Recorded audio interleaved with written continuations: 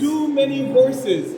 The Bible tells us in the book of Deuteronomy, in Sefer Dvarim, that a king should not have too much power. He shouldn't have a very good ministry of foreign affairs, which means he shouldn't have too many wives.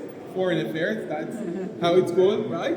And then he shouldn't have too strong of an economy, which means he shouldn't have a lot of silver and gold. And he shouldn't have a strong army. What's a strong army? An army with a lot of horses, basically. So, because God is our king, right? So, but the reason in the Bible is different. There are various reasons. We're not getting into the details of it, okay? No, Gideon says, God is your king, right? When they offered Gideon, be our king, he says, God is our king. Okay, so the horses, going back to the horses, the connection to Egypt, I'm not denying the other things. Now, the reason I'm mentioning Solomon and his horses is because the king who has the most horses that is mentioned about here among these 11 kings that are mentioned is, you have only one guess.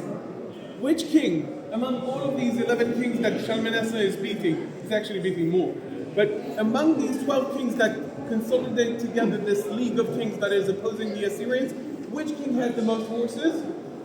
Ahab the Israelite. He has 2,000 horses, according to this, and 10,000 footmen, but other have more than footmen than him.